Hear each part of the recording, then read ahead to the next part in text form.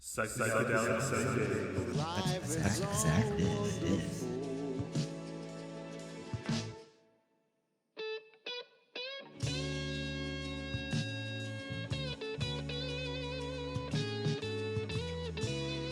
Psychedelic Sundays.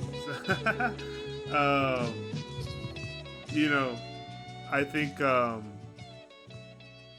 starting at the beginning, I think for a lot of times the first time you take mushrooms, the first time I actually took mushrooms is I got them from my friend from San Francisco, and I was like scared to take them, so I just like didn't take them. Like we just bought them. We weren't gonna do them, and then like I had them for a while, and then like I was like I had some time where like I had the house to myself, so I was just like, fuck it, I'm gonna do it. But then I did it. I had an eighth, and I didn't do the full eighth because I did it in a tea. Mm. And then so I did it in a tea, which was pretty good. But the thing was, is like it's kind of funny because I didn't really know what to expect. So like the whole time I was like, is it hitting me? Am I high yet? And I just remember like what, like in my peripheral vision, like I had this cone in my bed, in my Mm. bedroom, like like a street cone, and then Mm. so like it was like it was just like in my peripheral vision, and then it looked like it just went down and went back up, like just like spontaneously, and I'm just like, oh shit, I think it's kicking in. and, Nice. and then for some reason I was looking in the mirror, and then like it was weird because then like my hair was like turned into like horns, and then I remember like looking at my mouth, then like my mouth disappearing, and then Mm. looking into the mirror, and then I was like, oh, my mouth is gone, like thinking it, and then I'm like, oh shit, I can't talk, like I have no mouth. Anyways, it was just like weird stuff like that. But which is funny because I just read an article on my trip. Like I was just reading different articles, and one of them was um for the ancient Maya. The headline was, for the ancient Maya, cracked mirrors were a path to the world beyond. And like they did like these elaborate interactive like hieroglyphs, like they were written backwards, and they had like things in them, so like when you cross the threshold, like you could see what the inscription is or something like that. Right. And so like I guess they would also do this when they're on mushrooms, which is obvious. Very interesting. It might be a way to send a message across, Yeah, right? So to speak. because I 'Cause- think I think before we get really deep into it, like there's a broad perspective of like the missing link, or something that makes a lot of this poetry, sacred narratives makes sense, is adding the psychedelic ingredient. um Mm. and that, like, I remember one time talking to my cousin, and it's funny, like in different circles, to have different conversations about like how much you could like tell somebody, you know not like it's a bad or a good thing, but so it could be heard. Right.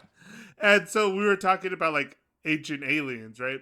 And so like this is like a step from, like, he's not really religious, but like he's like, oh, but we kind of had the conversation about like ancient aliens. Oh, it makes more sense, like if it's a higher intelligence, then it's like this, like a visible guy in the sky, like Mm. folklore or fantasy. Like science fiction seems more real in like the imagination. But I think too, because like all of this is connected within like what we know about like data, nothing gets like erased, it's always there. So like the dream time or the every win like has like all the information and all its different possibilities already recorded within the whole system, and it's just like expressing itself in different ways, right? And so like thinking about that, and I just remember in my head telling him, "Oh, but you know what makes even more sense is that it's not like physically like aliens, it's like happening deep within your own brain, you know, like inner past outer truths. Like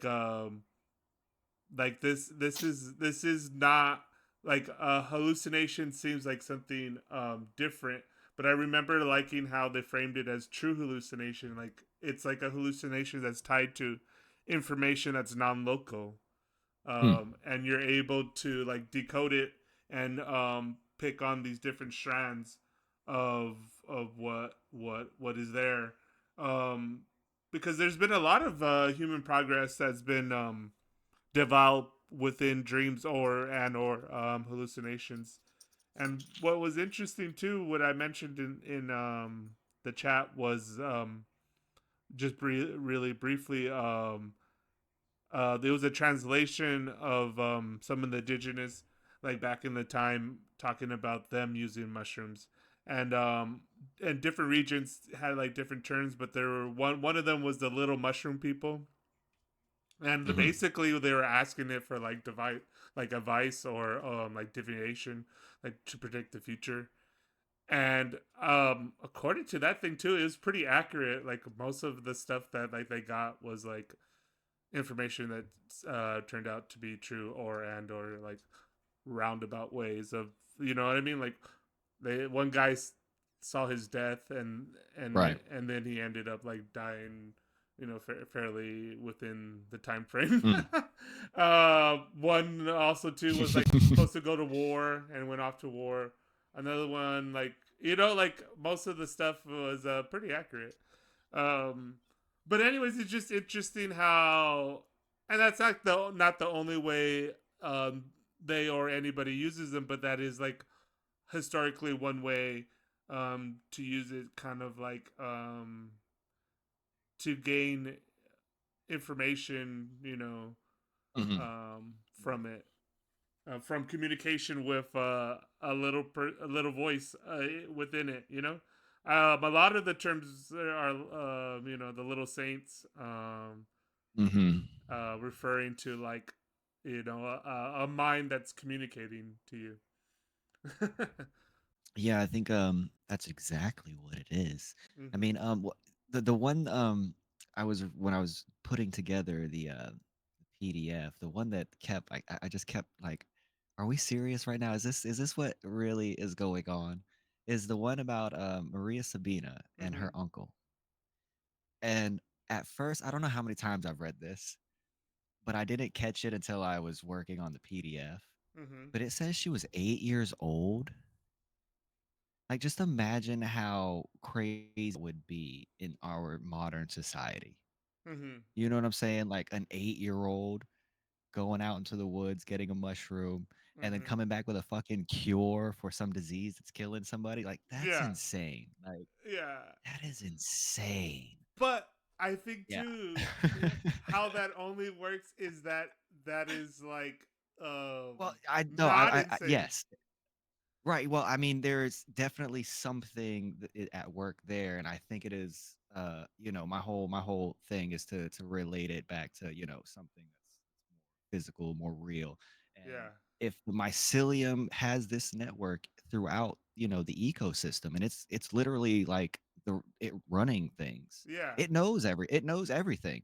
Yeah. So of course, if it does communicate with you, if that's what we're talking about, then these things are going to be, yes, it's going to know these things. And if you have the right relationship with it, of course it's going to give you that information that you're seeking. Like I don't understand how people that have done these things don't come to these conclusions. Like that's Yeah. exactly what we're dealing And then with. it's funny. It's so like what we were kind of mentioning before. It's so like common sense, but also insane from Right, like our it's a, cultural perspective exactly of right. what we've grown up in.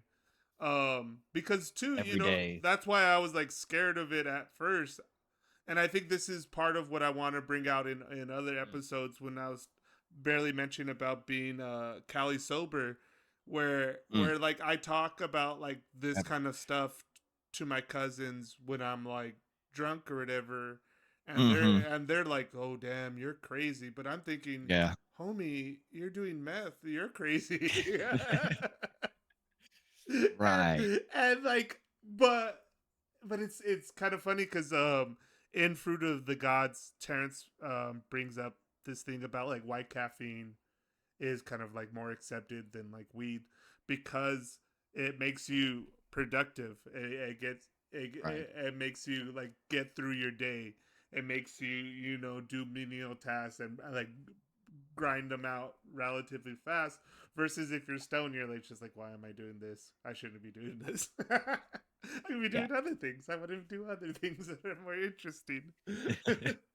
Like, uh, and but it's kind of funny because going back to like my family and I was talking about like how they're wild and I mean like I have that kind of like same thing too. It's like kind of funny because I think too talking culturally, I think people are seeking what you get out of a classic mushroom experience when they think about like going and doing something crazy or whatever. But it's funny because it's so crazy that like you have to like face yourself in order to get like the good stuff. Yeah. And there's no way around it, and that's why I don't. That's why it's like people don't do it. You know. Yes. That's the um, fear. but gosh, yeah, and I think that's what weed helped me with a lot more with because it helped me, I guess, you know, figure out what I needed to figure out prior to taking, Mm-hmm. some deep psychedelics. Mm-hmm. So when I'm at least so far with the trips that I've had, it hasn't been like any necessarily even though there has been stuff that I definitely need to work on and I know these things, but it Mm-hmm. hasn't been like deep trauma that Yeah. Yeah. has been locked away for years. Like I pretty much know all my trauma and I've Yeah. worked it out throughout the years. Yeah. And I think again marijuana has helped me with that Oh yeah. a lot. But so so yeah, it definitely is one of those things where it is necessary part of the experience. But thankfully for me, I don't necessarily need it. And I can seek beyond that and go straight into Yeah. what I'm trying to That actually you get do. done, Yeah. and is establish a communication without having to necessarily go through years and years and years of mental blocks because of some past trauma. Yeah. Yeah. um, but yeah, no, but it is beautiful that these things do that. Oh So, yeah. I don't want to knock anything like that because, that is a necessary part of the experience. I think that, Oh, people that definitely need it can, and I think use. that's definitely like like the culture that we live in, right? The value proposition of psilocybin, whatever. That it actually in combined with psychology, like psychotherapy or whatever, or some type of follow up therapy, that it could help you, form new habits, Mm. experience basically death and kind of be all right with it in the right Right, right, yeah. circumstances. Be like, oh, okay, like, oh, my individual self is just a drop in the whole ocean of consciousness. Mm. Okay. There's more things that you could tie yourself into, which I think is kind of interesting. There was another thing that I wanted to bring up when I was talking, and it was kind of funny because they were using this in a business way, but it says rituals rewire your brain, and like so like they're talking about like businesses using like rituals to like Mm. Yeah, yeah. help their whatever blah blah blah, but it's the same way too when we're talking about um like set and setting when when having to Hmm. do with any psychedelic, and I think with anything really, but attention, what you're and what we were just briefly talking about before was like, your own emotional baggage when coming to the trip. I think that's like the Mhm. first thing that always has to kind of like Right. be talked That's about important. and kind of like get through. But we want to dive into like the deeper ocean of that as well. But I think too, even too, because Robert Anton Wilson, John C. Lilly, they created their own rituals or protocols into experimenting and delving into these areas of mind or the mycelia network or Mm. consciousness or dream time, whatever term uh, goes in there. But I think too, what I want, which I always kind of bring into the table, which is kind of like what I mean by disembodied poetics. I think like the way to understand all this, there's a certain type of dream logic which is similar to maybe logic, which is also Dao logic, that is also the way to better understand a lot of this is with poetry, where like in poetics it doesn't matter if you say dream time or consciousness or mycelia network or whatever you say, but it's like it sounds right, and you don't it's about like how it like hits you. Like, I mean, a lot of I think too, a lot of what I've been trying to resurrect or dig up is what I'm referring to, like the harmonics of a koken. Uh, just briefly, a koken for all our listeners to the new psychedelic Sundays, you'll get very familiar with him.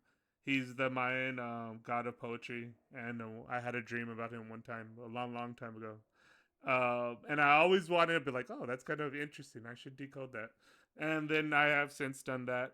But I think the whole process of me doing that, and also I think what a lot of things we will do, in the Discord and also via our blogs and the PDF, is about like decoding or unlocking what I refer to hand words, or like these words that like when the first poets who were communicating certain things about this were using like weird or Tenyana or the little mushroom people, and when you find out what they meant by it, it opens up a lot more, and it's like you're like, oh shit, like could it be that simple? Oh shit.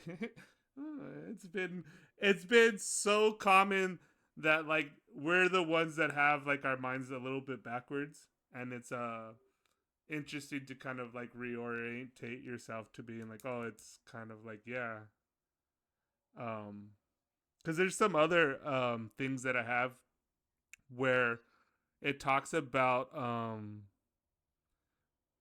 this kind of tribe in the Amazon, and they use ayahuasca for them hunting, and then the poet talks about how like because they're dealing with like visions, right?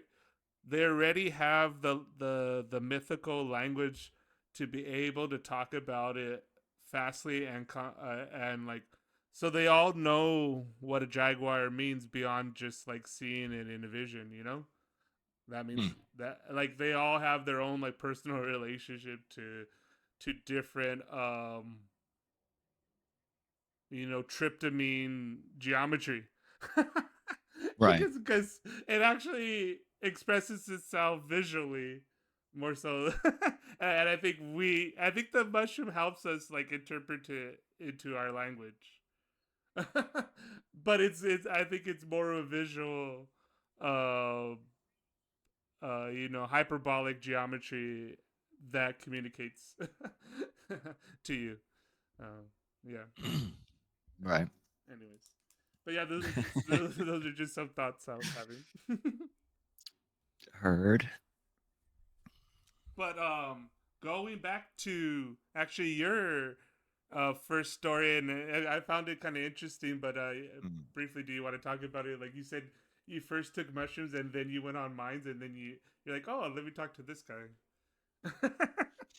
Oh, my first trip? No. It was, I think it was after we had met. Mm, It was because mine's was the summer of 15, yeah. and then it was that following like April Oh, okay. 2016, I believe. Yeah, because it was around my birthday that year. Nice. So, but it was about the same time. My And microphone. But so, yeah, how no, was I your I first had time? I mean I had your traditional 3.5, Yeah. standard, Hey. nothing crazy. It was me and my buddies. We were hanging out. Just laughed, watched the walls do their thing.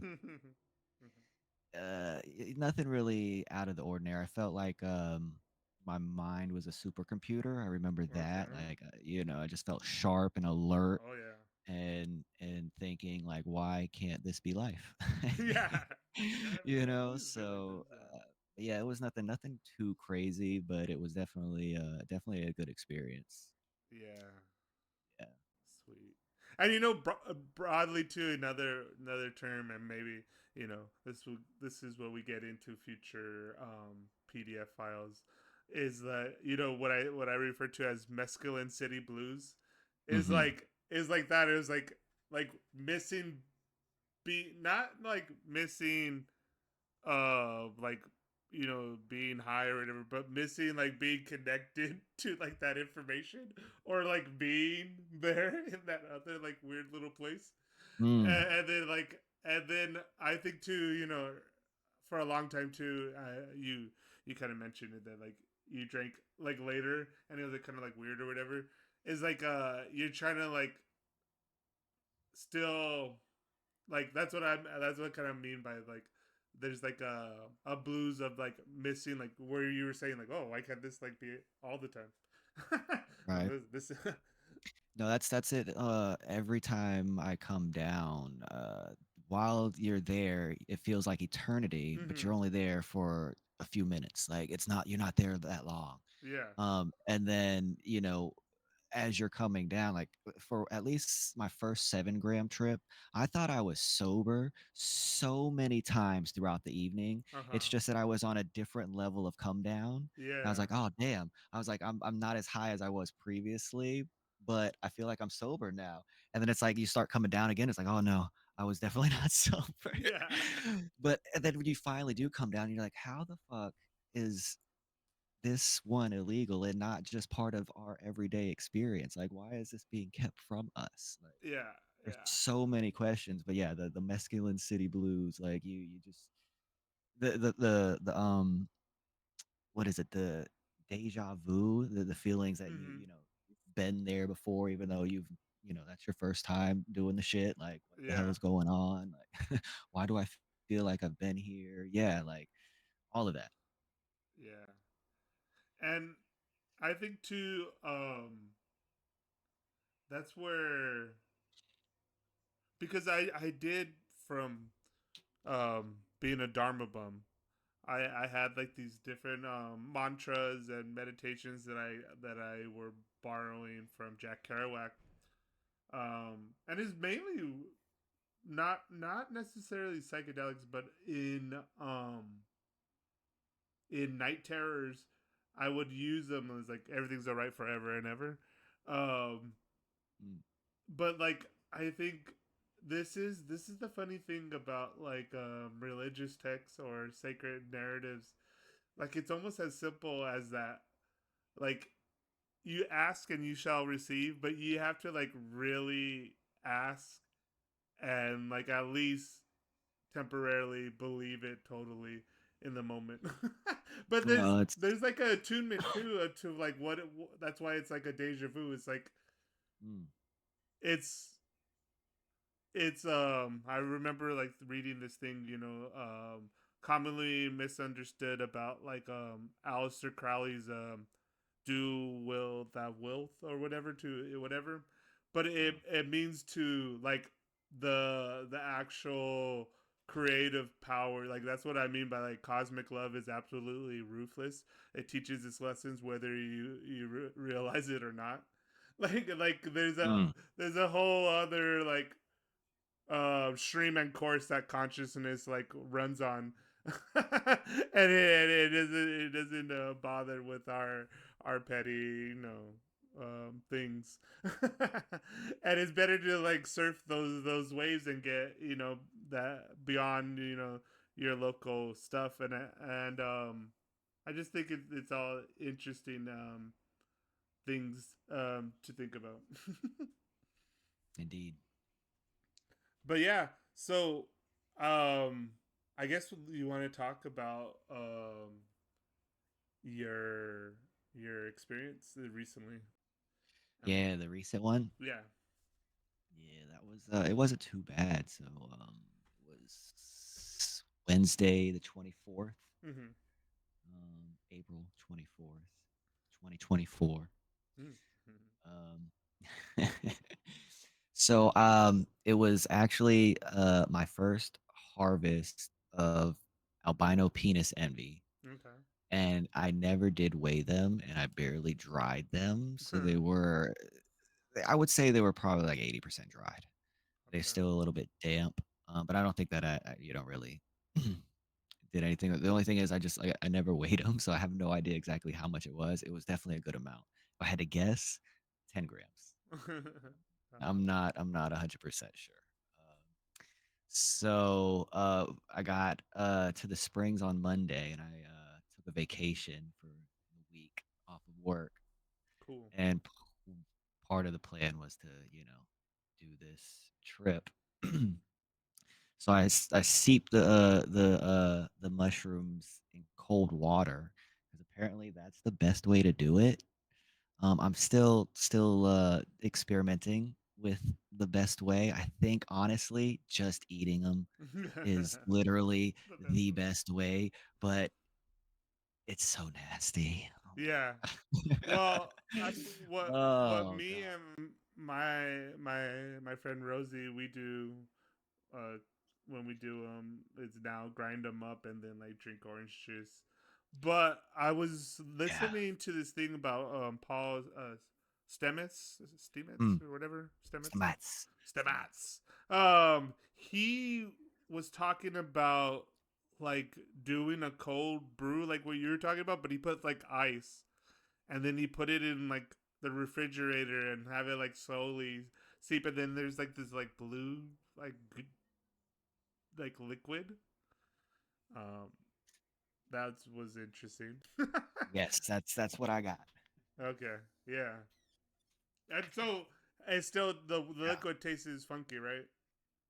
Uh, oh, I mean the that wasn't to take any of the flavor away. No, that's yes, it's still gonna taste Yeah, exactly like mushroom water. That's yeah. exactly what it is. But it's just very dark blue. I mean, I let it sit for 2 days Uh huh. in on ice, in a cup. Okay, okay. Yeah, and, uh, I I don't know if seeping it that long actually does any difference. Yeah, Again, eating them's gotta be if you want 100% of the psilocybin, you gotta eat it. yeah, yeah. You gotta There's eat no it. other way. Because I still feel like, even though I've had again, I've done them several ways. I've had the lemon tech. The lemon tech is probably the best way to do the tea, Uh huh. um, Yeah. because that I've definitely definitely felt the lemon tech. But as far as this one went, it was just cold water seeping for 2 days. The liquid was literally you couldn't see through a dark blue. Okay. It was daunting. It took me 2 days to actually try it, like, the fear. But after I drank it, I actually did it with the chocolate milk. Okay. So I didn't mix it because I was afraid Yeah. to ruin chocolate milk for Milk. myself for Yeah. life. Like every time So you I was like, drink it, you're gonna yeah, yeah, associate it oh with that god, yeah, taste. Yeah. yeah, exactly. Like, no, I'm good. But I did. So basically, I just took a swig of chocolate milk to coat the milk in my mouth, Mm-hmm. and then I took a big old giant mouthful of the mushroom, shot it down real quick, and then took another shot of chocolate milk, which wasn't too bad. Like it was still nasty, but it wasn't that bad at all. Recommend if anybody wants to try it. And then I waited 45 minutes big yawn that kicked in. So now the entire, I guess, agenda, my s- my set, yeah, Mhm. my intentions, setting my intentions, yeah, for this and pretty much all going forward trips is to establish communication with the mycelial entity that is known by countless names. Um, and to understand what it is, what is our relationship to it, and what is exactly going on when we are, on these psychedelics. Probably all answers that you're not going to get, but hell, it's worth a try. But and that's where the science comes in, right? So that's why we do this with science-backed information. We're just putting personal experience on top of it, right? Yeah, I think there's like two two ways of like because it's a symbiotic relationship because like there's a lot of times where I got something and this is where there's like deja vu or it feels like a dream and you're like why is like that one weird thing like stuck in my head and Hmm. then like later you're like oh shit it's like oh this or that right like even early on before I started reading different things about mushrooms and the history and more about what's going on. I would jokingly say with my friends, like everybody, like, "Oh, the taste is horrible." I'm like, "Oh, I kind of like it. It's just like a fun. It's like a funkier host. Like I was like a Hmm. altar server, and we used to like eat the Eucharist before he got like Right. blessed, and it was just like it tastes like a cracker. And then I'm like, "Oh shit, that's like that's the real way to do it." That's the real way to do it. Yeah, you mean the real way to do it is just pick it and eat it freshly out the ground? Like, No, I don't know if I could do that. the real way No, yeah, no, to I get the know. I'm host. just I'm just like, oh, we're talking about taste here. I don't know. That's probably got to be horrendous. But anyway, so uh 45 minutes go by, the yawn kicks in. Now to me, I don't know if this is in the psychedelic community, but it was when I first started doing psychedelics, my friend said we got to wait for the yawn. So Mm, that's always been my indication is after 45 minutes the big yawn. So I don't know how well known that is, unless that's just our, but that's what is, I'm seeing is my indication that it's about to start, yeah. which usually it does around the Well, 45-minute mark. briefly, I think I told you in chat as like I get like clammy hands, Right, so I and think it's it's different, right? yeah. So, but, I think you it trigger might be a mental thing at this yeah. point, right? Whatever is like your first experience, and then like Yeah, I that gets guess. triggered to like you're like oh Right, I so felt this before yeah, because yeah, so yeah. so that's my indication that, and also again, that, the entity is present, because I yawn. I don't know, again, if it's just me, but I Uh-huh. yawn throughout the experience, along with, your eyes getting teared up, laughing. There's a bunch Yeah. of different indicators, in my opinion, that, you're not alone in the Oh. experience, and it's more than just, patterns and otherworldly images that you're seeing. Yeah. But anyways, so at this time I was sitting. It's midnight. I was sitting. So yeah, so I took them at midnight. 45 minutes go by. I'm sitting at the campfire watching the full moon rise. And at this point, I give it another 15 minutes or so just to make sure I'm not, full blown over the moon, Mhm. and then I can actually, have some presence of self. And everything's, it's mild. The trip's coming on mild. It's not heavy. So I knew I was gonna be fine. I wasn't gonna be running around naked in the woods. So I just laid down in my tent and closed my eyes and proceeded to try to have the conversation. And I began off by asking, well, at first off, I took a play out of Terrence McKenna's playbook, and I greet, the entity, and just say welcome, hello. And that's, when, in my opinion, it appears, which is Mm-hmm. usually an all-seeing eye-esque figure, and that comes in all shapes and sizes, and there's usually one, but there's usually multiple eyes. Mm-hmm. Um, so to me, that indicates there's an entity there. There's something with us, and it's more than just geometric patterns.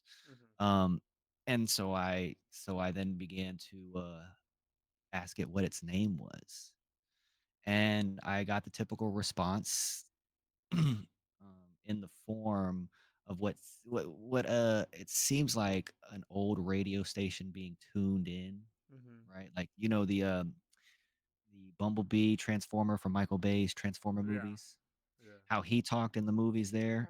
It was very similar. Yeah, like it was, the radio, it's tuning into different stations to get the word that it's looking for, and it's piecing that together to make the sentence. Yeah. Yeah. But it's my inner thoughts that is being pieced together in this staticky reply.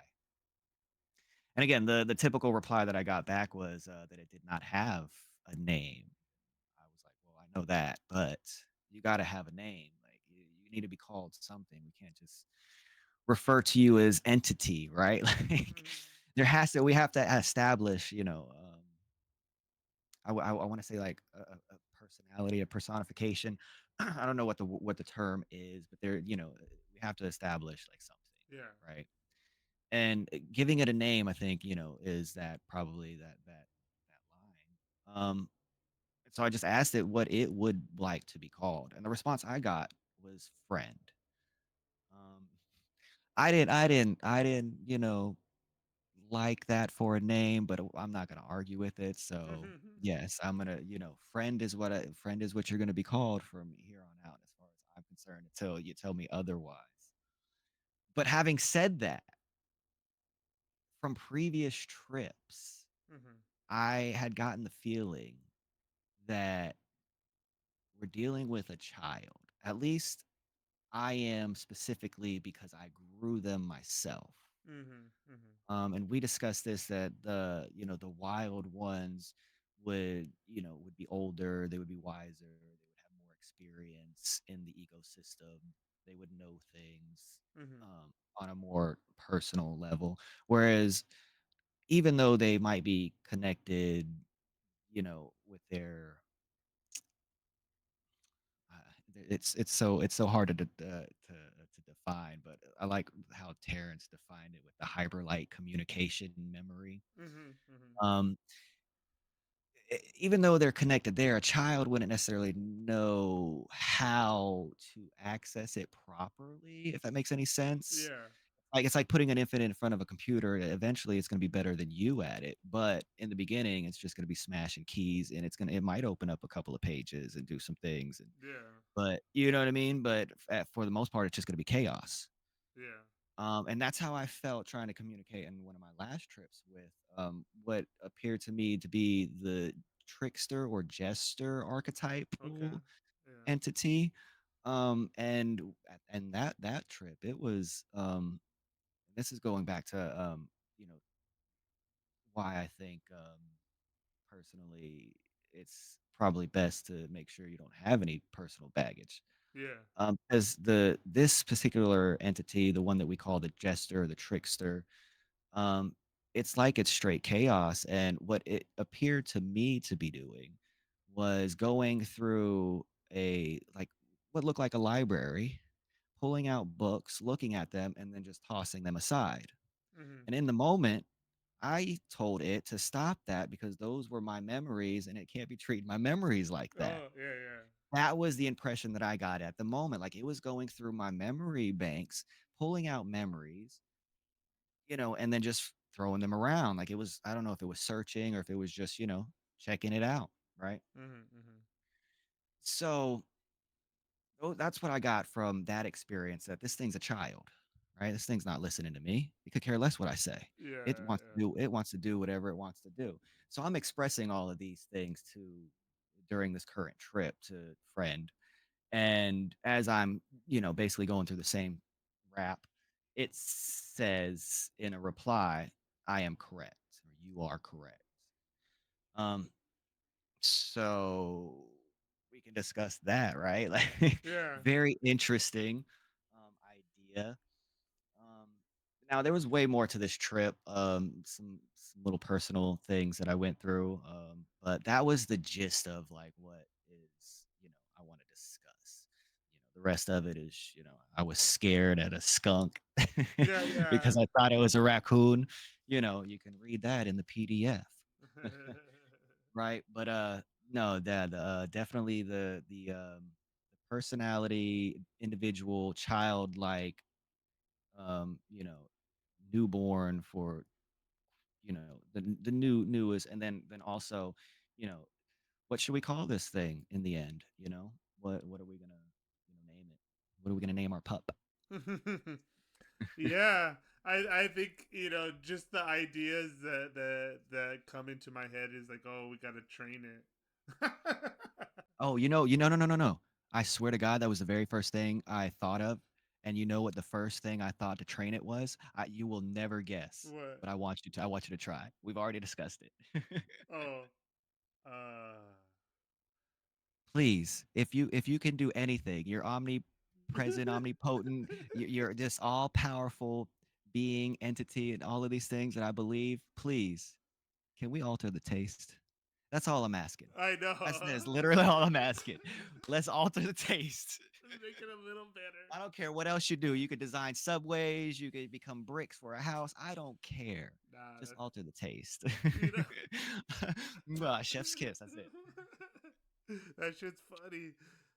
Cause I told you, um, my biggest fear of doing mescaline again is having to drink the tea, that bitter slug of a tea that I Yeah, have to. that's what I don't know about ayahuasca. But Yeah, that's what I I hear want about to, ayahuasca too. but When it's there's a whole gone on, process. yeah. And I don't think it's as bad as ayahuasca, but like if you're not used to it, because the Right, first yeah. couple of times you throw up, you purge, you're like, Yeah. And that's another thing for this trip, going into, for at least setting, my my intention, getting my setting right, was trying to get over the idea that the nausea and the throwing up was bad.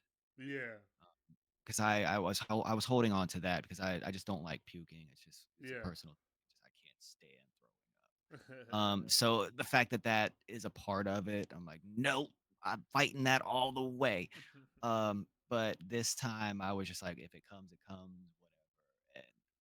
And the anxiety for that particular, part of it was not there, at least as heavy as it usually is. Okay, yeah, So I think at least, again, getting rid of personal baggage yeah. is, is definitely key to having a great experience, and Experience, then yeah, having that, that good time or whatever your intentions are. yeah, totally. I think too, having um, because I think a lot of my own playing around with like I did it in Toltec dreaming where I was like, okay, is this my mind or is this something else? And I'm like poking at it, like, are you really? No, you're just part of my mind, aren't you? Oh no! Ah! And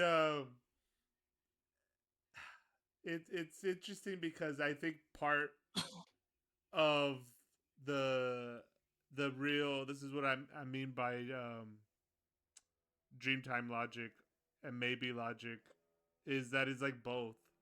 It's both like part of you in this greater, grander whole, but it's not really part of you. And that's where the non-local information like comes in and like having to parse out too what is you interpreting it as your own like bias and your own Mm, filter. I think this is a lot what Robert Anton Wilson really deals with. right. um, and I think too, John C. Lilly, and I think I put it in one of these weird I think it was the MetaMind Alf video clip I made, but our particular spores of minds that we're gonna put in to this brew is Terrence McKenna, Robert Anton Wilson, and John C. Lilly. And I think, moving forward too, there'll be other people, but I think that's like we go into what's the DNA of SatoriD. Those it will begin with those three minds and those three works. And I think what is also important, which is whatever too about like the sacred narratives and things like that. I think it's for like these inspiration to create these names and these like even our own training with our own poetics of our own mind. How well can we be able to like communicate these things? I think too when we talk about what is like the real advantage of the mycelial mind, because Terence kind of mentions it, and the first things about like visual acuity and even the auditory acuity, and then Paul Paul talks about like also to the characteristics of like taking mushrooms, about like being empathetic, and also to kind of these are like leadership things. And what I've what I think we when we dig around in the history, and I think what's interesting about resurrecting what the Mesoamerican culture is, because that's like kind of as close as what, say, before this break between a culture that had like psychedelics entwined with it versus a culture that's disconnected from it, right? And Mm. then has material or political things running the circuitry of religion versus the mycelial working the circuitry of how people are organized. Um, Mm. because there was this one interesting thing about this. Her name's Camilla Thompson, and she's translating the Shupawalis, which are written in Nawal, and these are like the indigenous writing, like basic around conquest, trying to keep what the elders were saying, and they wrote it between each other. And part part of that is she was saying in when we talk about just historically the development, they were like these events, farming cultures, which is very similar to like the Sumerian like culture. Like that high and like Egyptian culture or whatever too, where they advance farming to like create these bigger structures, and like very roundabout with the natural cycles and this and that. But it's interesting because throughout human history, and I think this happens within the old Mesoamerican history. There was one thing about this article in the Incas, and it says like the older times they would negotiate taking mushrooms with each other or doing some type of ritual with hallucinogens. Later, it doesn't become that; it becomes with drinking, and that's like kind of like more of the degradation of the society. And like there's different developments too within the Mayan when that happens as well. And I'm wondering if that happens with like the environment changing, and maybe it's harder to get Mm. the mushrooms, and then like they get further and further away from Yeah, I'm sure it parallels just like it did, throughout the rest history. of the world. Yeah, Exactly. yeah, throughout history because it seems to be. I think Terrence described it as as the temperature started changing, they became, I guess, sparser and sparser in certain regions. Uh huh. And then, an interesting fact that might be just a side note here, Yeah. specifically for the Amanitas, Mm-hmm. um, they may actually only sprout every 7 years. Oh, So okay. it could be a cyclical thing on the mycelium producing mushrooms themselves, right? That we haven't even thought of that. Yeah. But this is brand new information now that we're they're studying mushrooms a lot more nowadays. That this is not science fact yet. This is still what this is. This could be a possibility, but as far as I'm concerned, that might just be the case. They might have a yearly cycle. Um, for one, just specifically for the amanitas. I know I Mm-hmm. found a bunch of them last year around this time. Um, Not muscaria, but different amanitas. Yeah. Um, and I haven't seen any this year. So I'm thinking maybe the guy from is it, I think it's mushroom. Is one of the main mushroom guys on YouTube. I forget his name exactly. Oh, okay. But he mentioned it offhandedly in one of his YouTube videos that he had a hunch that it was on a 7 year. Specifically Amanita muscarias were on a 7 year cycle, and he had last seen them in his area 7 years ago, and I think it was last year they popped up. And he was like, I don't know, but it seems right to me. So it could be something also like that, not just the temperature changing, not just cultural, but the mycelial's natural habits that also play a role in the culture changing. Maybe Yeah. maybe one of the elders die before his time, so to speak, right? A crazy natural accident, or Yeah. another tribe comes in and they slaughter leave only women and children, right? And they don't know the information. All they know are the stories, Yeah. right? So because these mushrooms are probably on a cyclical cycle, they might know initially, but they don't know quote unquote the secrets. They wouldn't Yeah. know that cycle, right? That's something the elders would have kept to themselves and trained for the shamans, and that would have been their secular knowledge, right? Mm-hmm.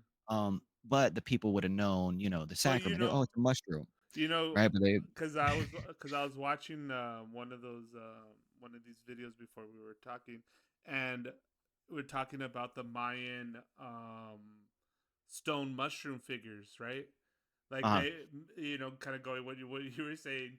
So like if they're sporadic and there's but they're gonna come later, and it's like marking it. But it's also tied, with I don't want to truncate it to just it being like, oh, here I'm gonna mark where a mushroom's gonna come.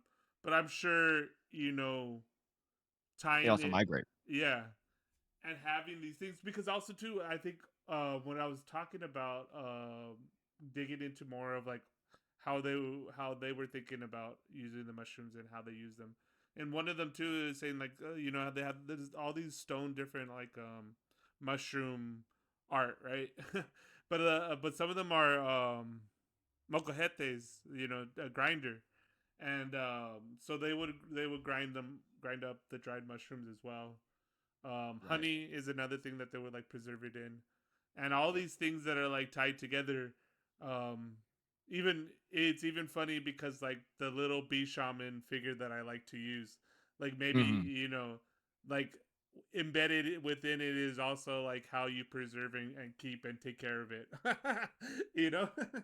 It's like Oh yeah, yeah. yeah, I mean, that's exactly. I mean, look at it. I'm staring at it right now. yeah, Uh, but it's that's if you interpret it in a certain lens, that's exactly what we're talking about. We're talking about a humanoid that has mushrooms sprouting out of all over its body. That yeah, sounds like a symbiotic relationship.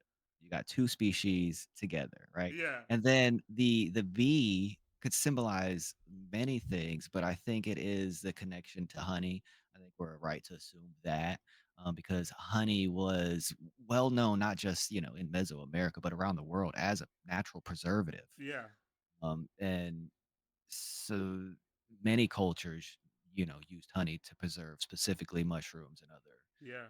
fruits. Um, But Pa- yeah, that to me Paul, right there yeah, is Paul mentioned is that there was like a law, like in like the medieval times or whatever, to ban mushrooms specifically in honey that they used yep, to yep. brew. And in beer, Yeah, yeah, in yeah. general, yep, yep, because honey was And mead, when I right? was talking too about the switch of how they ritualized, basically settling tribal beef, before it was the brew that had the the psychedelic honey, and then Mm-hmm. later they don't use it anymore, and then they're just drinking. But I think too, like if you even think about it, because I know in my own experiences without like having all of this research knowledge about it, was Mm-hmm. that like I was literally inside my friend's head. You know what I mean? Oh yeah. There was no doubt about it. So it's like, there's like you can't lie. Like if you're, you know what I mean, if you're vibing and you're like Yeah. solidifying that bond, versus if you just get drunk. Yeah, in the moment you're like, oh, we're best friends, and then later you're like, oh, I'm gonna fucking Well, screw that person. I think if we get down to the more physics of it, I guess that Mm-hmm. if because you both were tripping, right, Mm-hmm. Mm-hmm. on shrooms. Yeah. Okay, so if we had this symbiotic relationship with this mycelium that works off of a quantum entanglement of the chemicals psilocin Mm-hmm. um, in our brain, then it would make perfect sense. And this chemical being a vehicle for a communication, right? Like Wi-Fi. Yeah. It's essentially connecting devices. Um, then it makes perfect sense that any device that was currently connected to that network could receive communications Yeah. from each other, meaning two people taking psilocybin are now on the network of the mycelial, establishing communication with it and also each other. And we're talking telepathic communication, not Yeah. just verbally speaking, but you said you were quite literally inside her mind, Yeah. hearing her thoughts, Yeah. right? Yes. So we just need the science to back that up, Yeah. basically. You know what I'm saying? Like, and Yeah. I think that what I just described is as real as it gets, and it doesn't necessarily need to be any more woo woo-ier than that. Like, Mm-hmm. if we can find the science, which honestly I'm confident because of every science that they've been doing, every experiment that they've been doing with this stuff Yeah. leads to me what seems to be this final conclusion. Yeah. So it's just it's a waiting game. We got to be patient. Well, I think too, going back to we were talking about the radio station, Mm. in the Visible Landscape and True Hallucinations, Terrence and Dennis talk about vegetable television. Hmm. Um when I talk about my Moses moment when I commune with a bush, and then later on, like, I don't even know, 5 years later, I like, oh my god, the sound of microtubules and the sound of consciousness is the same sound that I was like in tuning, because like that's how I got like to commune with the bush, is like it Hmm. was like this like weird humming sound that I had to like really really focus on, and then like it became everything and I became it. And then I was really pissed when my friend like knocked me out of it. I was like, damn it, I was just communing with it. I was established contact, Right. contact, and you messed me up. But and later, it talks about residents, and this is, I was reading this book called High Weirdness, and he goes over Terrence McKenna, um, Robert Anton Wilson, and Philip K. Dick, but he's talking about Terrence McKenna and what, the experiment when they take the mushrooms, and then Yeah. they Sure. want to have the philosopher's stone, right? And Yeah. basically what they were talking about is resonance, and like, you know the real science about like resonance is like if string instruments are in tune with each other, then you pluck a string, and then the other one is able, Hmm. if it's in tune, can resonate with the vibration and play, as well in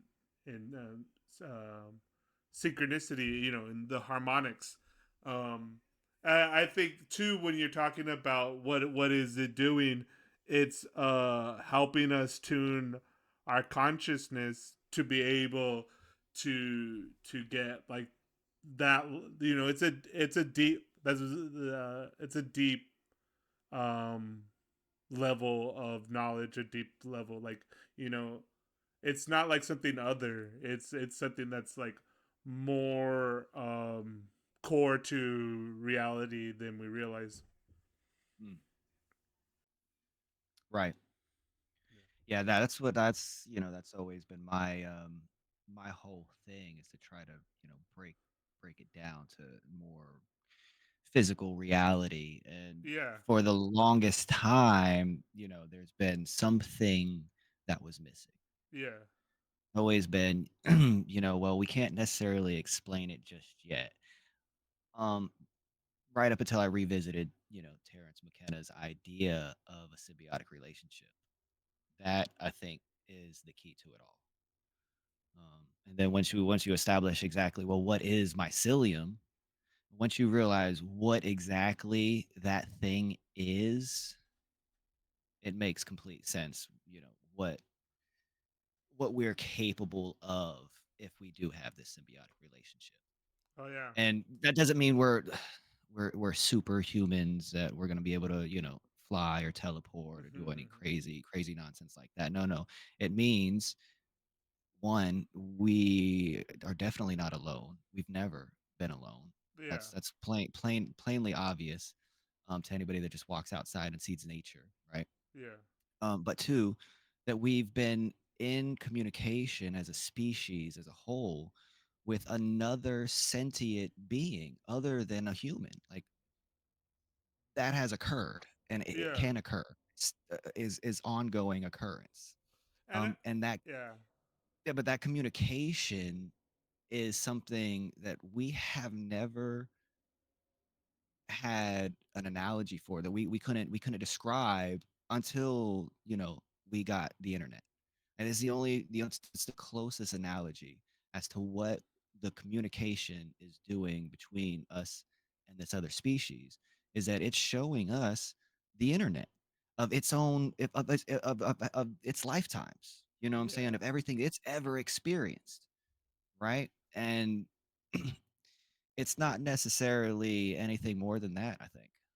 Not to get too deep into it. Yeah, I I you know it's kind of interesting too, because I think this is like the human, the real human story is like this tension between you know the because I remember how I framed it in my head is like, oh, I read a book that it was called like, I think it was just called Gaia or whatever, and in the whole book it was like what was his name, Lovelace, no, I forgot.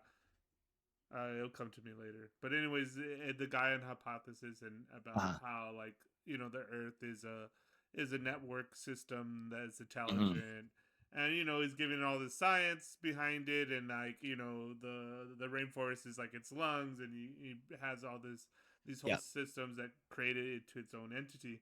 And I was like, that's I love that book, but it wasn't until I had my mushroom experience on this private beach in Santa Cruz, and like feeling the earth like breathe, having the felt experience of it. It's like a whole different way of like engaging with like the actual like knowledge of like what's going on, Mm. really going on. And it doesn't have to be any more like this gloss of like religion or spirituality to it. I don't like using the term like God. I remember one time using the term consciousness, like a lot of times, like how people use God. And this one guy Mm. that was very religious was like, like downvoting my stuff. And then I'm like, oh, why are you doing that? And we had like this whole conversation, and I was just like, "You're just mad because I'm not using God and I'm using the term consciousness in the place of God." Uh, Just like, oh God. okay. But I have my own bias on the other way, Right. because when I hear other people use God more poetically, I'm just like, oh, why are you using God? But that's my own stuff to get over. Uh, but but it is too, because like there's funny, because like I have had, direct experience with, lack of a better word, higher intelligence, right? Like Uh, direct, like weird direct experiences with mushrooms or in dreaming, and mescaline and other things. Um, and but when someone uses like religious terms, they're talking about like those things that I experienced, but like I'm just like, you haven't like experienced it, and I uh, haven't experienced it, and I wouldn't use it that way you're using it, that way. because they're also the tricksters, and they're also not to be taken very seriously. No. And if you had experienced it, you wouldn't be being like this. I remember one time I had this crazy conversation with Dream Eater, and I was just like going off about how like people were. This was like before or during the Great Meme War, before, when like that Pepe, and like before Donald Trump became president, and it was just like a Uh, very weird time on the internet. And yes. I was talking to Dream Eater, and I was talking about, like, I go, okay, for lack of a better word, and I always say this, like I always put like caveats, because like I'm gonna say like crazy things, and I don't totally believe it, but in order to tell you the story, like I have to like say, give it names, Right. right? I was like, for lack of a better word, I went to Lizardland, and I was in Lizardland, and I met this Jabba the Hutt toad face person, and he scared the shit out of me, and I started telling Dream Eater about this, and then I go into that thing I was saying. It's like, and if all these little dipshits on the internet that are doing Keck and fucking Pepe like actually met the fucker, this chaos god, they wouldn't be fucking around with this shit. Like, I pissed my dream body. I just kept on going on, and then because like I go out and I tell him it's the toad face Jabba the Hutt guy, and he's like, oh, you met Keck. like he was like, oh, I've been there, like all matter of factly, and I just start laughing because I was like, you're totally right. But it's funny because we're able to talk about it because we had like enough experiences to where we're not talking like we're in normal senses we're using abstract language, but it's to Hmm. point to something that we both experience. It's not like, just like some daydream in my head, you know what I mean? Right. Oh yeah. Yeah. And so like we're trying to communicate, these different things, and then it was just funny because, when you're talking to about like the trickster or the chaos energy, that like is a whole other side to it too, uh Hmm. where, and I think, one time, from all the psychedelic literature, there was this Tibetan monk, and he was telling Alan, I think it was at the Allen Ginsberg's Jack Kerouac's Disembodied Poetic School. But anyways, he says this lecture, and something about like a lesson that like you could use in psychedelics, and he says, well, don't cling, and it's like, if you see heaven, don't cling. If you see hell, don't cling. And and it's like as much as, there's the both sides of the coin. That's why I'm always like, if someone like overly like romanticizes it and doesn't like bring in about like the fear or the other side of it, or the trickster side of it, then it's just like, okay, whatever. Because it is just that, like, I think too, from my own experience, it's like, even though you have these personal handwords that give you, say, your relationship to friend, but it is still like how much, like, at the end of the day, you still process it through your own mind, and you can't, is like, how many minds do I have, you know? Mm. And like that's why I kind of like, I really do think Robert Anton Wilson and his work helps with Chapel Perilous. And it's funny too because you know how like weird of my content could be, and I always get like certain comments, and this one person said something about be careful about pulling the cosmic trigger. And then I was like, yeah, Operation Mindfuck has gone too successful. I gotta admit. But it's funny because like as it goes back to that same thing, it's like I know perfectly well like how I'm using it. Like I'm using it as this artistic like project, Uh-huh. and and meaning I'm not mistaking the map from the or the meal from the menu or the map from the territory, or at least I am constantly trying to check myself on that. I think that's it's just like in Inception where you have to where they have that like little um Yeah. device, The and the you're like the you're checking totem. yeah what side of reality you're on. Yeah. I think it's good measure to do that. Indeed.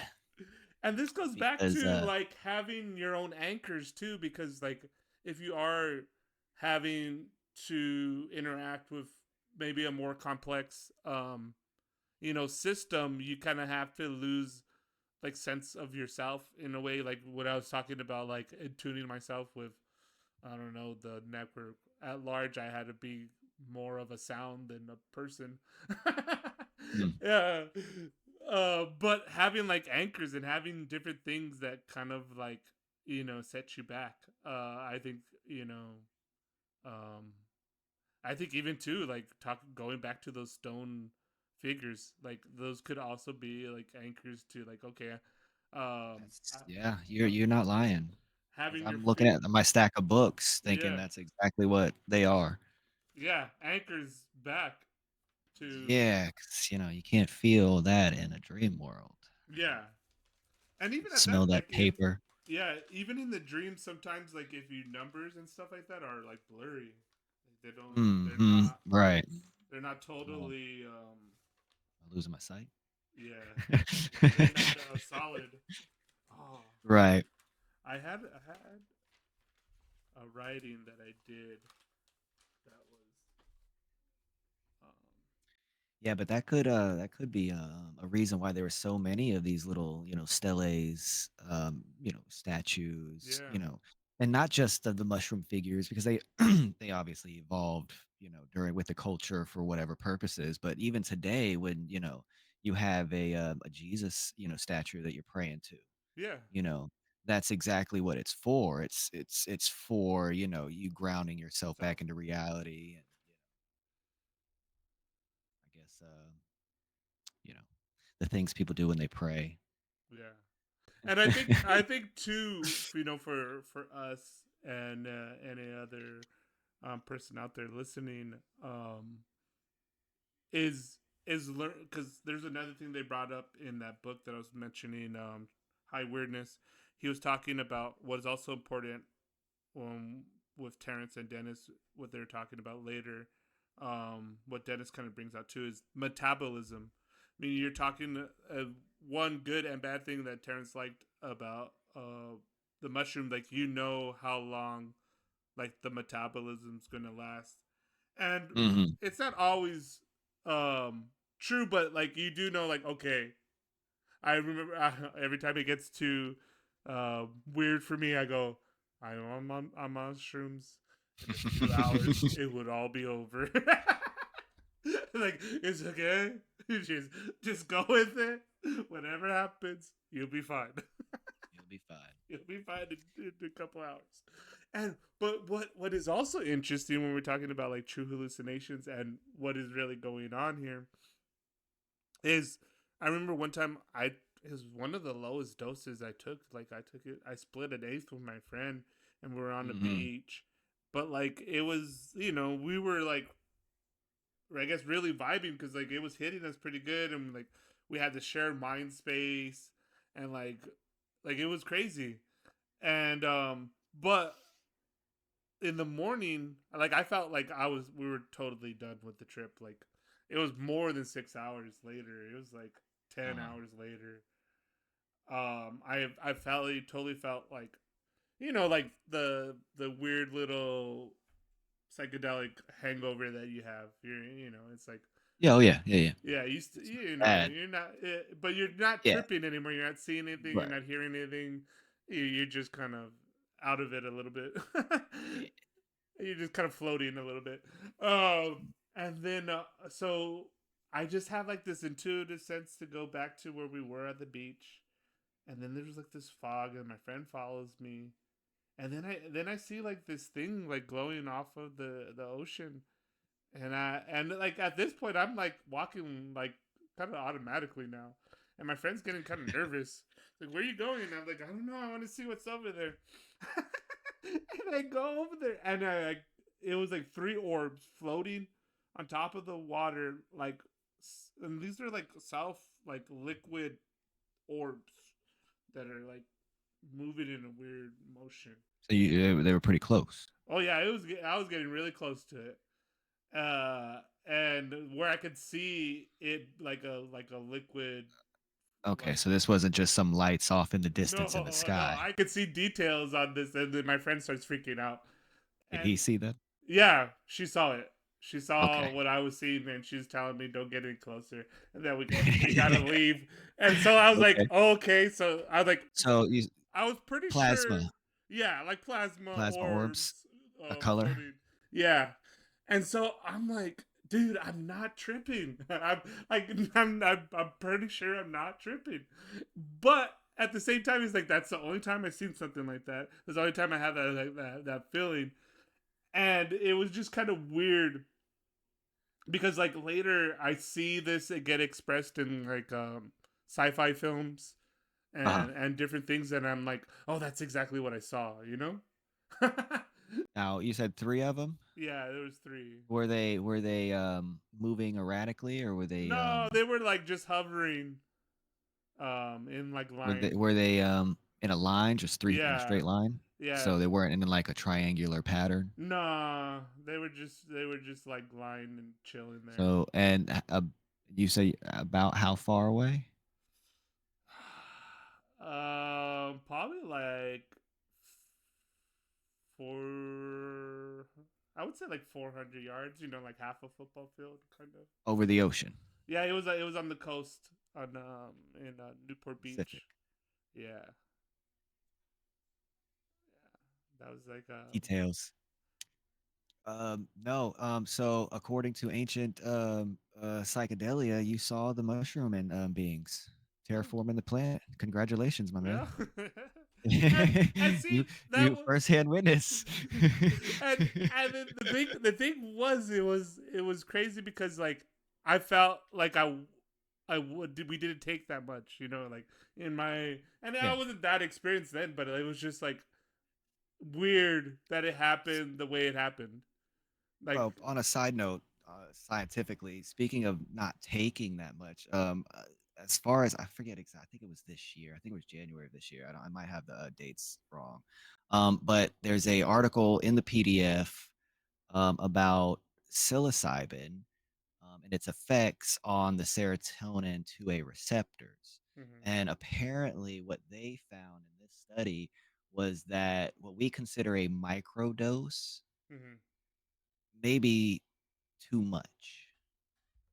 You might have to lower your idea of what a microdose actually is. yeah, I was Um, I was so and that obviously that's gonna be strain specific and whatever. but I You think got too all what's that. what is also part of the equation was like our intention and our setting. we Yeah, we were yeah, both already like experienced mushroom people. We already had like the music set. We already had like a base level of like where we wanted to go, right. and we kind of like ran. We're like, okay, we're not gonna be stuck on like, oh, can you hear me in your head? We're like, okay, we established contact that we're seeing the same thing. Like, let's like change the landscape. We're like, Right, right, right. Let's see let's where we can let's see take this. let's see where we can Yeah. take this.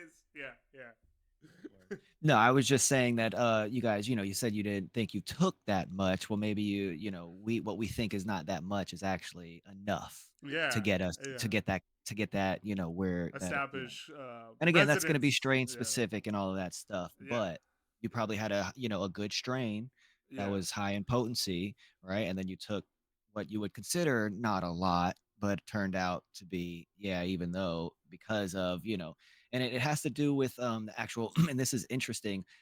I think it says plasma here, but it's what they were calling psilocybin plasma, Okay. which to me is very interesting term that I want. Yeah, it says and plasma psilocin. That's what it was.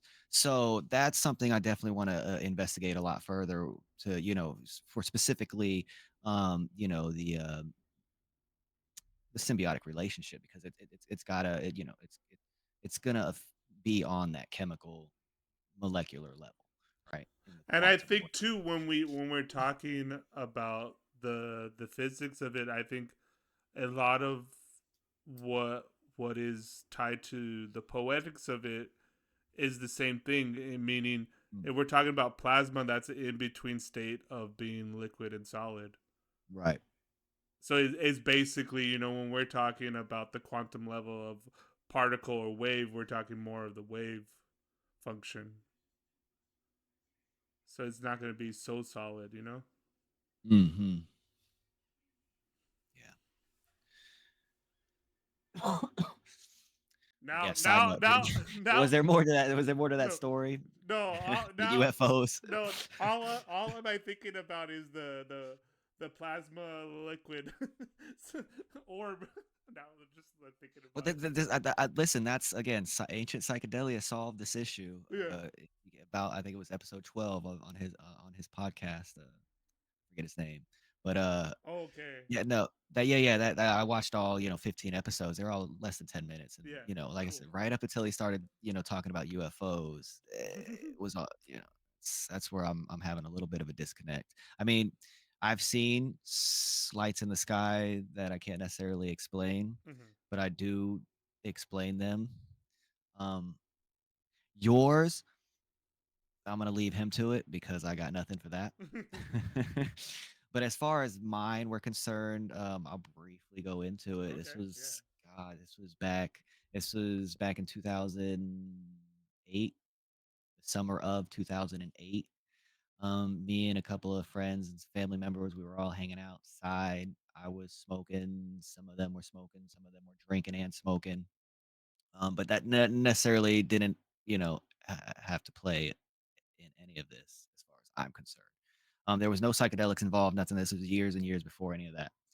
Um, but I was taking an astronomy class that summer, and so I was infatuated with the stars, the planets, that stuff. So as I'm out there smoking, I'm not paying attention to whatever anybody else is talking about. I'm staring up at the sky. I'm just because we lived out in the country at the time, so we had a beautiful uh view of the night sky. So we were just hanging out there. It's like 10 o'clock at night, I want to say. So summertime, probably around June, July. And I'm looking up into the stars, and one star catches my eye. And I say star because that's what it looked like. It looked exactly like all the other stars in the sky. As I'm watching this, it's slowly moving. The first thought in my mind is it's probably a planet. So now I'm trying to check that off the list. Well, it didn't cover any of the checks to be a planet other than in motion. I'm like, that's odd. And then as I'm, trying to figure out what this thing is, a second one catches my eye directly underneath it. So now I'm kind of like, what the hell? It's directly underneath it and they're moving together. Both of them look exactly like the background stars, no different. Okay. Now at this point, I'm kind of freaking out and I get, I believe, my brother's attention and his friend. And and I'm like, you got to see this, check this out. And I'm trying to point it out to them and they end up seeing it. Now, as they're spotting it, a third one, I wouldn't say appears because it had to have been there, but it catches our eye, and now there's three stars that we can see moving in tandem together in a equilateral triangle shape. So one star was out front, and then the two that we saw were, top and bottom, Hmm. the back of the triangle. And at this point, we don't know what the hell to think. We're freaking out. We're aliens. What the hell? What the hell? What the hell? Mhm. We watched this thing a few minutes. It wasn't that long.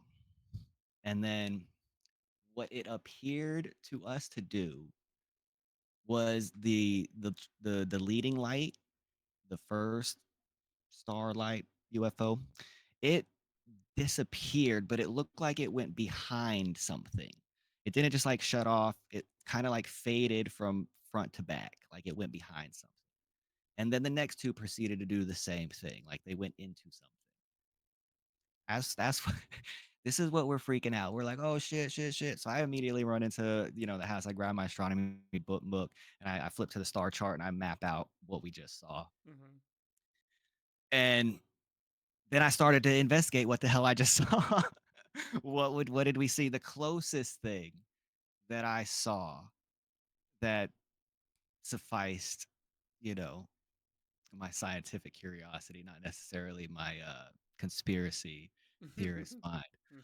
But scientifically, the closest thing that I found, again, this was in the summer of 2008. The closest thing I saw was an article that said NASA or whoever the government, NASA most likely, was planning on sending up satellites in 2012 Mm. to measure. The end of reality. No, it was it was a specific particle they're looking for. Okay. It's not background cosmic radiation, but it's I think it's a specific particle that they were looking for. I believe it was Yeah. or one of the two. But Like the idea gamma was radiation or yeah, something yeah, it like was that. something. Yeah, it was something real sensitive. But the idea was they were going to send these satellites up there. And the article that I found showed an image, Of what it looked like. obviously CGI of what it would look like, um, of an equilateral triangular shape that these um, satellites were going to be in, but they were going to be connected by an infrared laser. So you wouldn't have been able to see that, but they would have been locked in position, moving in tandem together. Yeah. Now, again, 2008 article said 2012. My dad was in the Navy for 4 years. He told me stories. The government's got technology Uh huh.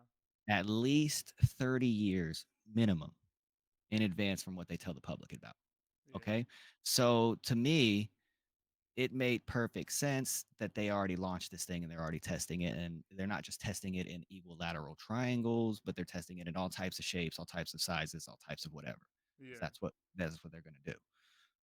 So that's what I end up chalking my experiencing up to because again, that's what it appeared to me. It wasn't again, it was so far away that it was just little dots that look like stars. So I Mhm. couldn't conclusively say that if it was a craft, it was plasma, if it was this, if it was that. There was no way of knowing any of that. But the description of what I believe I saw meets the description of what the, program that NASA was supposed to be sending up. Just, with slight differences. But yeah. So, and then there was another experience on the beach, but that wasn't really anything. I could chalk that up to lights. Um, they look like the searchlights. Mhm. Look like a few searchlights. Somebody was having a party on a yacht, probably, and it was just over the horizon, but we could see the lights. That was either that or there were UFOs, but it was just it looked like a bunch of searchlights out there. So, Yeah. anyways. UFOs. But yeah, I'm not too big on the UFO theory as of that, but very compelling that you've seen some glowing orbs. Now Yeah. I do have an idea. I wouldn't even call it a theory. And it goes back into the Gaian hypothesis, I Uh huh. guess you could say.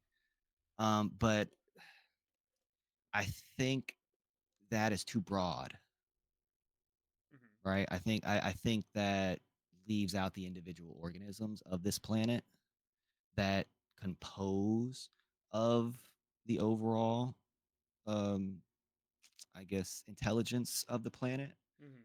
um and specifically for crop circles, it's not aliens, it's actually the plants that are doing it Mhm. because they're trying to communicate with us. That's Mhm. my personal opinion from my deep dives into crop circles. Okay. um and they tend to produce plasma orbs. Um, Now, the question would be what's under the water, right? Out there, that would be what the ancient alien people would question: is there spaces under the water? Are there bases underwater? Is there a habitat under the water, as in an ecological, system of coral reef or, other marine life that we don't necessarily understand 100% about that's down there that could be doing these things? There's a lot of other, answers than just aliens. So, Yeah. speaking of, they recently just found the microorganisms living off of that plastic out there. Yeah. So who knows what it is? Right? It's probably not going to be aliens, Life finds but a way. right, but it's going to be some other life that we do share, this habitat with. Yeah, I think too. It for me, it's like the the complexity and the denseness of the actual informational environment that we live in. There's a lot more going on than we commonly realize. You know. Oh yeah, yeah, yeah. Yeah. Then we tend to, we make believe. Yeah. And definitely, like some of the interesting things that I kind of wanted to play with too in Dude Where's My Wallet was like, you know, like dolphins. Mm, There was this article recently about orcas like tipping over boats, yeah. and then they found out like the one that was teaching the other ones how to tip over the boat, they had a bad experience with a boat. Yep. So like I'm there's a surprised it took whole, him so long. yeah, like there's there's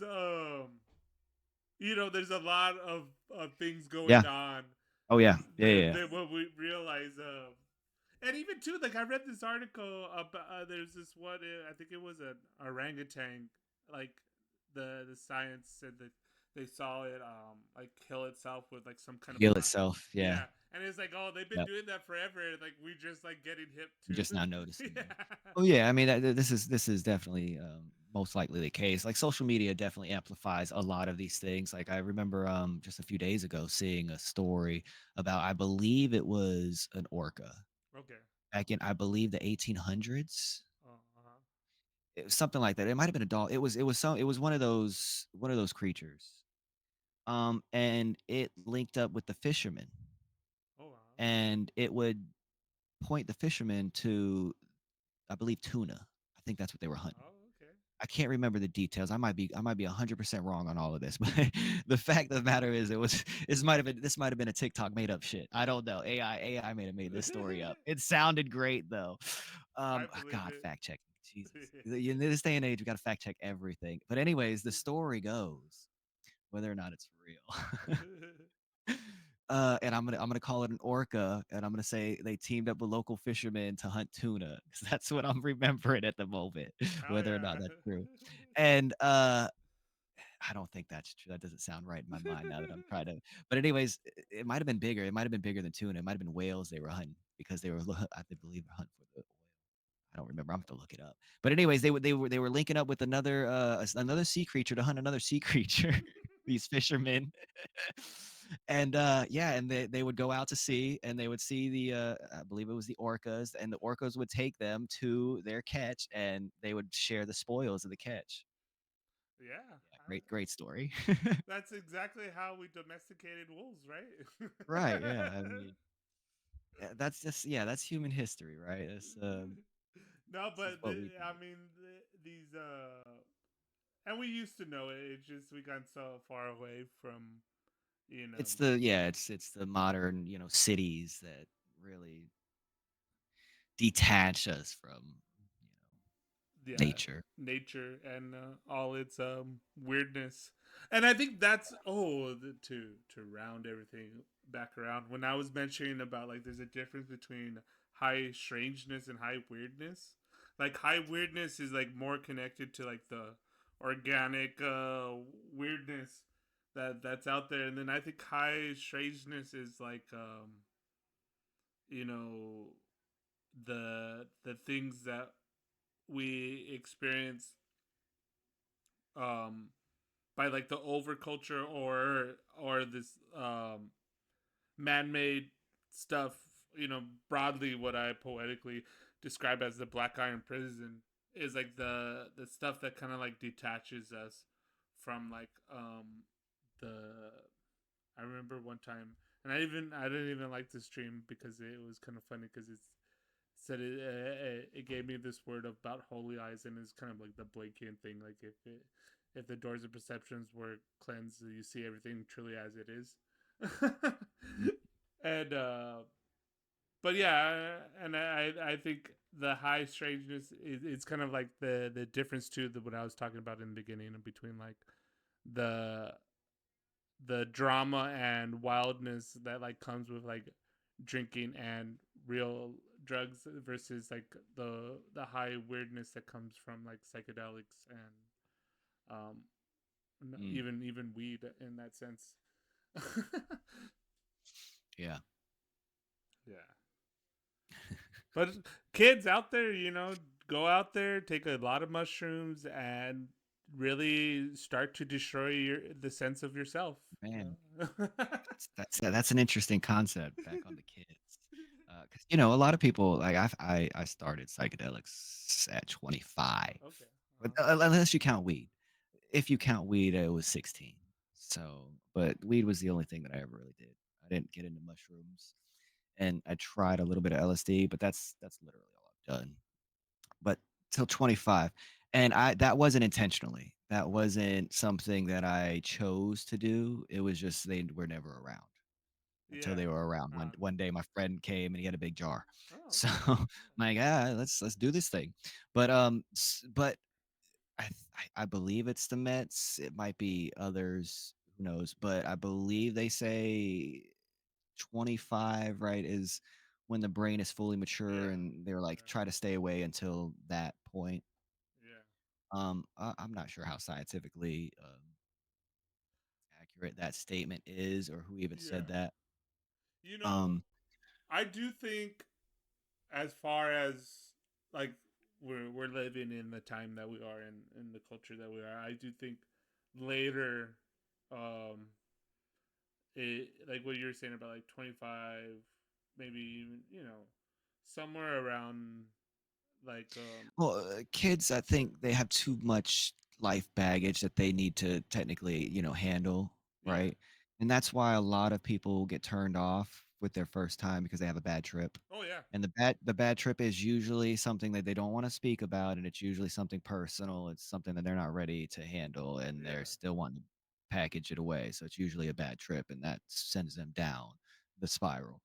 Um, at least, that's not all bad trips, but usually that's what it seems like to me that so kids not having that necessarily maturity to handle, just life in general and in the real world, you think they're going to be ready to handle what, the psychedelic experience is throwing at them? I'm not sure, I mean, I wasn't a Yeah. kid doing these things, so I can't speak on that, right? Yeah. So, but I know, other people that, usually they start, 13, 16, they're Oh, in high that's very school, true. and that's a flip of the coin whether or not the story comes out to be, a good trip or bad trip, right? Well, you know, So, kind of going back to my family, like that's the reason why one of my uncles thinks I'm crazy because he took like LSD when he was like 13 mhm. on a bus, and I'm just like, what? That's not the way you use it. Yeah, well, that's That's that's a horrible way. that's that's that's immaturity, right? The Yeah, ignorance and not knowing what you're getting into. But you live and you learn in certain circumstances, right? yeah, but like that was like his only like context to like I was like, oh no, But also then, not necessarily every 13-year-old has some life trauma, right? oh yeah. And they don't, their closest thing to, alternate reality would be some But you know, science fiction, if right? if we are going, you know, digging back into the past to try to glean some information about, you know, the relationship that gets developed, because it's already taught us some of these lessons. I believe, like, the coming of age ritual was Mm, also to the initiation. mm, And so, and broadly speaking, indigenous cultures, mm. around like 13, 14, when they become Yeah. a proper member of the tribe, they go on a vision quest. And, the hallucinogenic tribes, it would be peyote or whatever. Right. And they have to go out and survive on their own, basically. Like, okay, throw them in the deep end.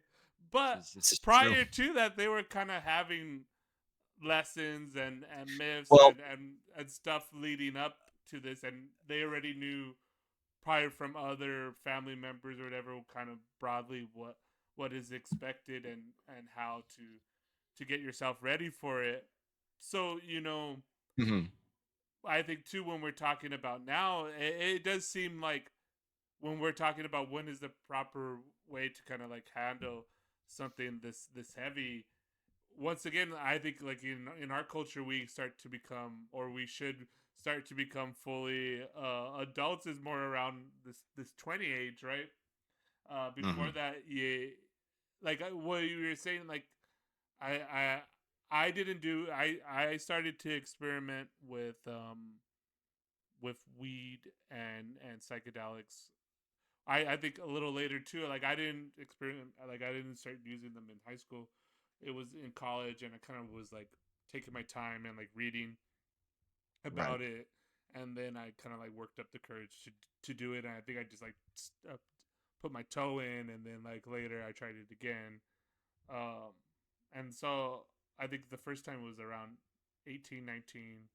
But I said I don't think I really figured figured it out until like like my the summer of 23.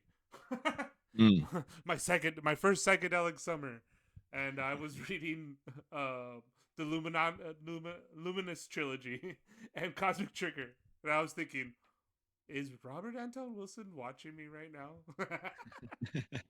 Because when you were talking about the stars, and I was like, "Don't tell me this was the Star series." I'm gonna start losing my shit if you told me No, I couldn't tell you at this point. If I still had the book, I could pull up a star chart. I'd probably tell you, It but it probably was. is.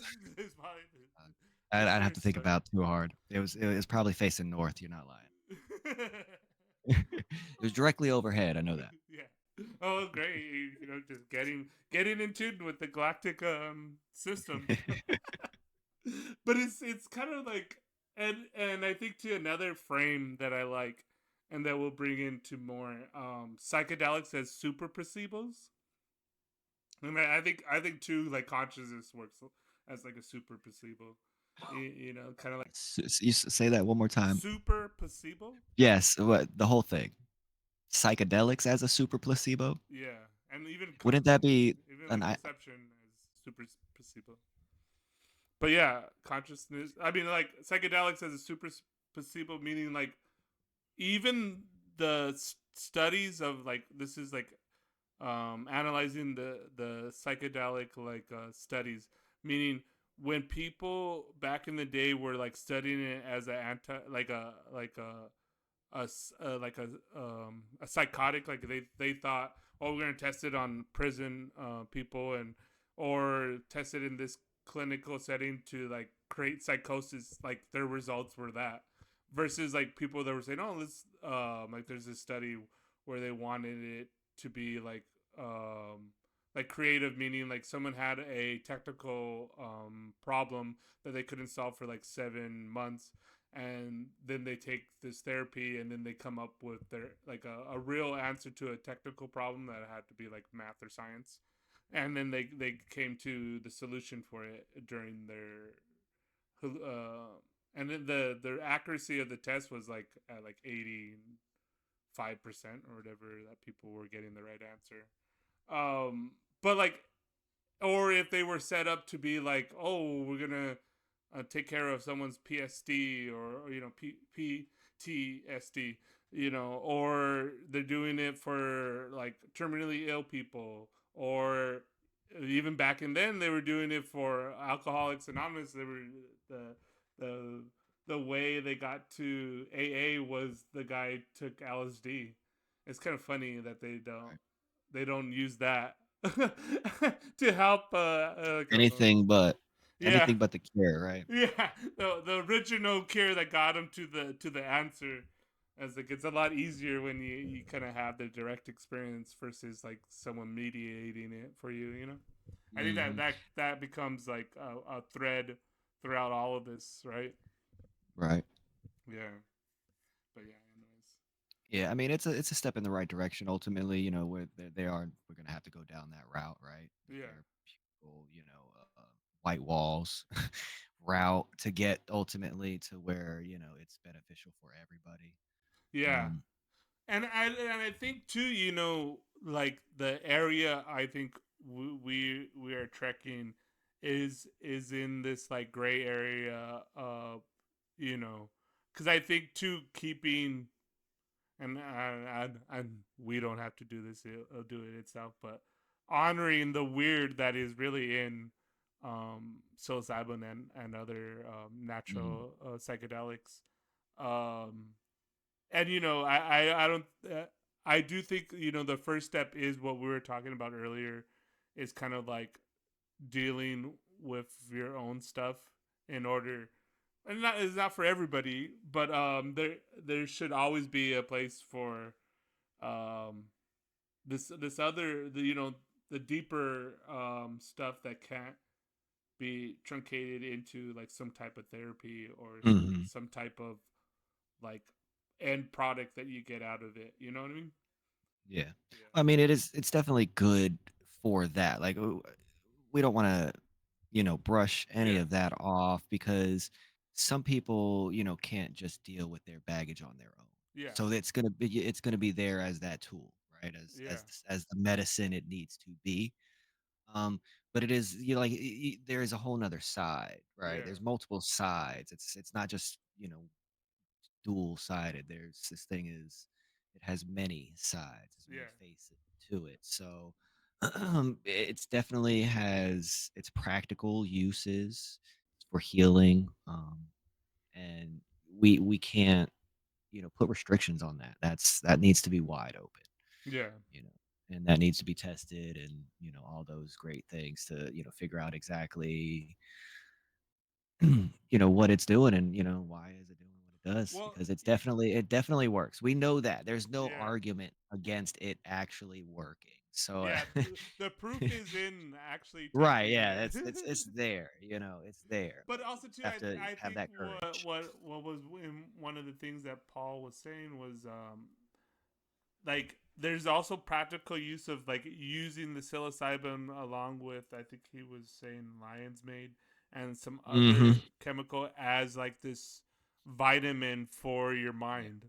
yeah, like B12, like niacin, yeah, niacin, niacin, there you go. stammet stack. Yeah, and it kind Yeah. of like what he was saying is, which I was kind of thinking about too when I was talking about my Moses thing. It's like, cleansing the old microtubules to Mm, make sure the old consciousness tuner brain is working properly. yeah. Yeah, he's doing a lot of trials on that, so it's looks good. I don't know if he's gonna have a product out soon, but yeah, Yeah, those three, the lion's mane, psilocybin, and niacin, apparently, um, not individually, but only together, together. work in the entourage effect to actually boost mental capabilities. So yeah, it's very interesting. Yeah, see, like that kind of stuff is, I mean, especially like it's so funny too because when I was reading these different things that I was telling you this article about, like the Mayans using that broken mirror, and then like there's another Yeah. one where they were evidence of them doing a ritual with like blessing or doing the ball court, and they had morning glory, which is a psychedelic. Hmm. I've done morning glory before. I still have morning glories growing in the backyard from when I Nice. when I did that back in the day. But it's kind of funny because then also too, part of the stuff that I was reading, um, there was this thing about AI and what's it called? Altman was saying like Sam Altman, I think his name is OpenAI. He said, "I don't care Uh-huh. if we spend $50 billion trying to create um, what they call it, AGI, artificial general intelligence." Uh-huh. And then he's like, "It's going to create more of this and that." And I was just like thinking, like, this is already a way to like engage with a higher intelligence. Right. and and the thing too is because I think some of that large language models are interesting, and especially when you're dealing with like the remix ability of letting the language model be weird is fun and interesting. But at the same time, it's too is like when you were talking about making contact with the friend, and this is part of like testing it your own self. Like an entity that Mhm. has its own intelligence doesn't do what you want it to do. Right. Just like what? Not at all. Yeah, like, that's like the point of like intelligence. Like that was like my joke in the paper bums is like the AI the algorithm finally tells you no, I'm not going to do that. I'm going to do this. Starts doing its own thing. Yeah. I mean, it's just as far as the current algorithms we have. I don't know if I would call them artificial intelligent by Yeah, any means. that's why I mean, there are they're some playing. out there. That's why they're playing games with language, right? They're calling it AI, but it's really large language models. And then Yeah, it's sophisticated Google searches. yeah, Ask me anything. I can only tell you what the internet gives me. yeah. Thank you for that response. I love that response. But no, the best response I get from it is like because you ask it to speculate on certain things if certain things were certain things, and it goes, oh, there's no evidence for that. I'm like, that's what I'm asking for. I'm I'm asking for you asking to you do to my research speculate. for me. Yeah, yeah. But like the thing too is like this becomes the chicken and the egg, or like what we're chasing our own tail, maybe in some senses. Like the those alum the large language models are only as good as like what you put into it, and Yeah. in a lot of ways sometimes the more information you get is like how much you already have put into your mind beforehand. Like we're talking about like taking care of your own baggage, but also to finding concepts and language that helps you be like, oh, I think Terrence is talking about this. Oh, I think Mm, Robert Anton Wilson's talking about this, or whatever. That's why I like those guys, because there's stuff that I read from them that I use. right. you know, Sure. so but also two things too. I think what we're getting to is like modifying them and turning them into our own handwords, and I think that's a lot of like the power of like doing the process, the work is to have like Mm, those what was Eric Davis, who writes High Awareness. He was talking about technologies of the South, and like these things that artists and mystics and shamans have left through different texts are encoded with like their own techniques of what they develop, technologies of their self to get mm, into higher states of or deeper states of consciousness, of in tune with the mycelial network, the dream time, or whatever mhm. you want to put over it, whatever like software that gets put over it, which is Whatever app you open up. yeah. And I think that's what using the updated terms, it helps you think about it like, oh, Yeah. we're It brings it a little bit more down to earth, just yeah, a little bit. that like we're creating poetic apps for us to be able to maybe glean more of the information. You know what I mean? Mhm.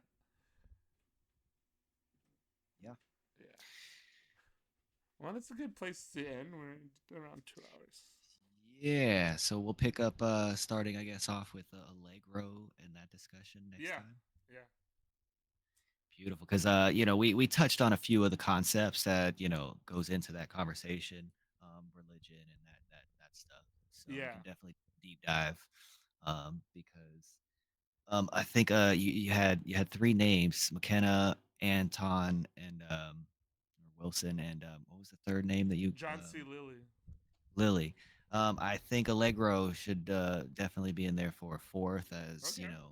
Yeah. key to all of this, because as far as I'm concerned, um, he's still ostracized for this idea. And because he had this idea, his career essentially, I wouldn't say was ruined, but as it has it has an asterisk on it, right? But if you were going into that same career to do any of that same um, ancient language studies and all of that, you would have to use, specifically for the Dead Sea Scrolls, you would have to use his translations to this day to actually, research those things. So to me, that's very contradictory. That how you can ostracize somebody, but yet still have to use his work and say that he didn't know what he was talking about. So it's stuff that we definitely got to get into. So and like I said, I Yeah. think he's definitely key. At least his idea, maybe not everything, but this specific idea, that it's all mushroom mythology. Um, so yeah, Okay. Yeah. we'll get into it. Yeah. That sounds like a good place to start next time. Hell yeah. Yeah, and then what do you call it? I think too. What I want to bring in is like that. Maybe we do it the third time. The little mushroom people. get in get into what crazy shit some of the indigenous people were doing with the mushrooms. Yep. Yeah, I mean, it all ties in. They're parallel. So yeah, the Because names are almost the same, identical, if not the yeah, same. yeah. 'Cause, yeah, the And little there was this thing little too children of the that I woods. really have this thing about like I think it's a Mezatec uh ritual, and it's also about like the music that gets played with it, which I think it's be interesting to kind of like bring about, because I think it's pretty much like standard, something about like some type of rhythm to like it's kind of like a metronome to get you into in sync. And it's definitely something to do with that weird buzzing sound. Yeah. But yeah, anyways, it was good. Good stuff. All right. Yes, sir. Good talk. Okay, later on. Until next time. Psychedelic Sunday. That's exactly it.